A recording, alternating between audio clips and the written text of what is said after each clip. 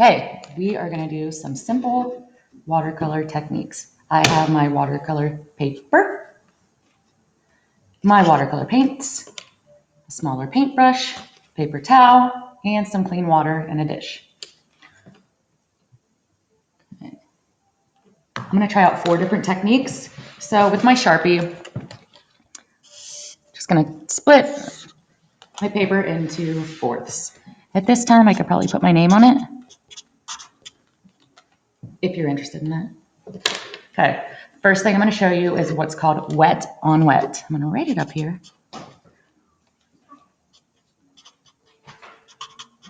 Okay, with this technique, you're gonna first get some clean water on your paintbrush, dip it, swirl it around, and get some water on the paper. You don't want a big pool of water, but you want it to be kind of like shining, like shimmering off the page, okay? So what I'm doing is a circle because I want to show you how you can use wet on wet to help with your shading if you choose to. I'm gonna get a little bit more water. Okay, now I'm gonna get my paint, dip, wipe the extra off on the side, watch, wipe, and I'm ready to swipe. So what I mean by that is getting a color. So I'm gonna swipe, a little bit more water, and I am waking up the watercolor paint. And if you remember from primary, you'll remember wakey, wakey, eggs and bakey. And then look, you see how it just like, we say it like bleeds onto the table or onto the paper. So with the wet on wet, you'll see the paint just moves around where the wet or where the paper is wet already.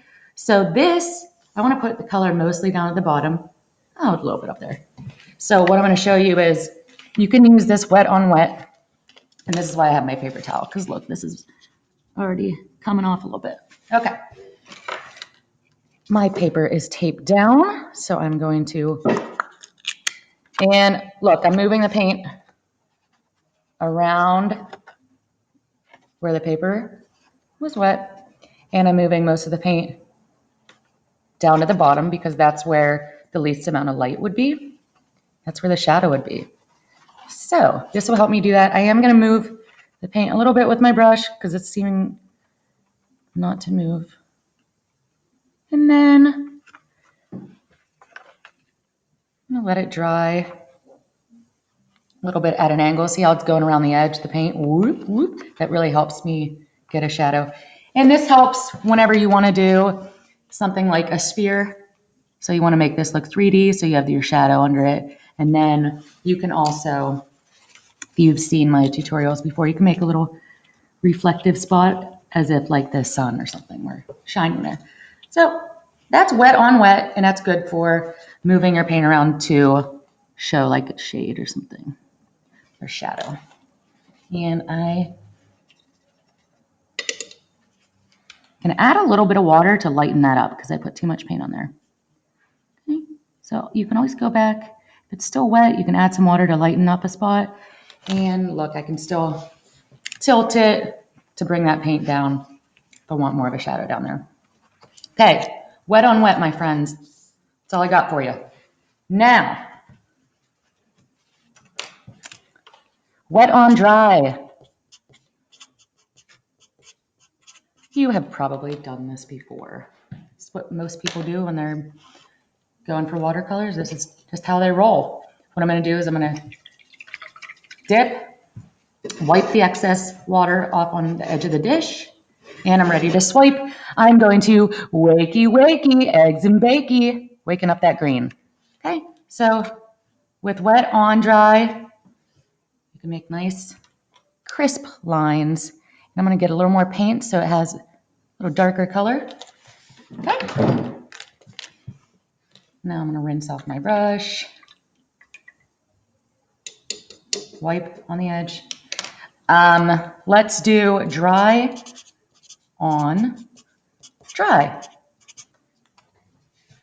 This is good for things that have texture.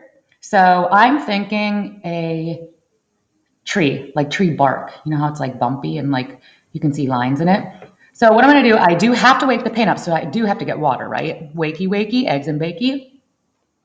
However, I don't want much water, so I'm not going to go back and get more like I did the other times. Get more water on my dish, and I'm going to wipe just like I wiped on the water dish to get the excess water off. Do the same thing here. And I'm going to go the direction where I want it. And you can see how this would help me do a tree. You can see the bumpiness of the paper coming through. That's a little too wet, so I'm dabbing it on my paper towel. You can see the bumpiness of the paper coming through to help you with that texture. This is also good for like fluffy animals, like their fur. Be good to do dry on dry. Don't want it too dry though, because you'll ruin your brush, but here we go.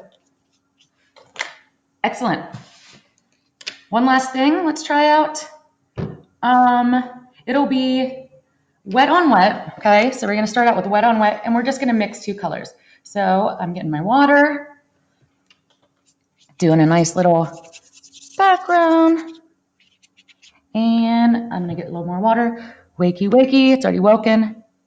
There, I got my blue. Ooh, how pretty does that look? And then I wanna mix my colors, but I have to clean off my brush because I don't wanna get any blue into my red, because that would make what? Purple. So I'm actually gonna, I know there's a lot of paint on here, so I'm just wiping it off, and then I'm gonna rinse it. Wipe, ready to swipe.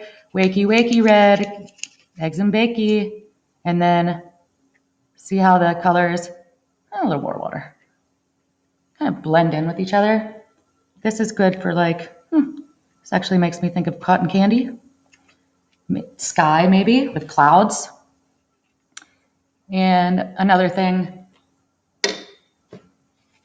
just thinking of this, I'll show you, because I said clouds, you might want to dab here. So you just get your paper towel, doink, doink, doink, doink. See how it's like a nice, fluffy, cloudy texture? And if you notice, my wet on wet is pooling to the middle, so it's still drying. So I want to make sure that shadow goes right back down to the corner where I want it. That's what we have. Enjoy your painting.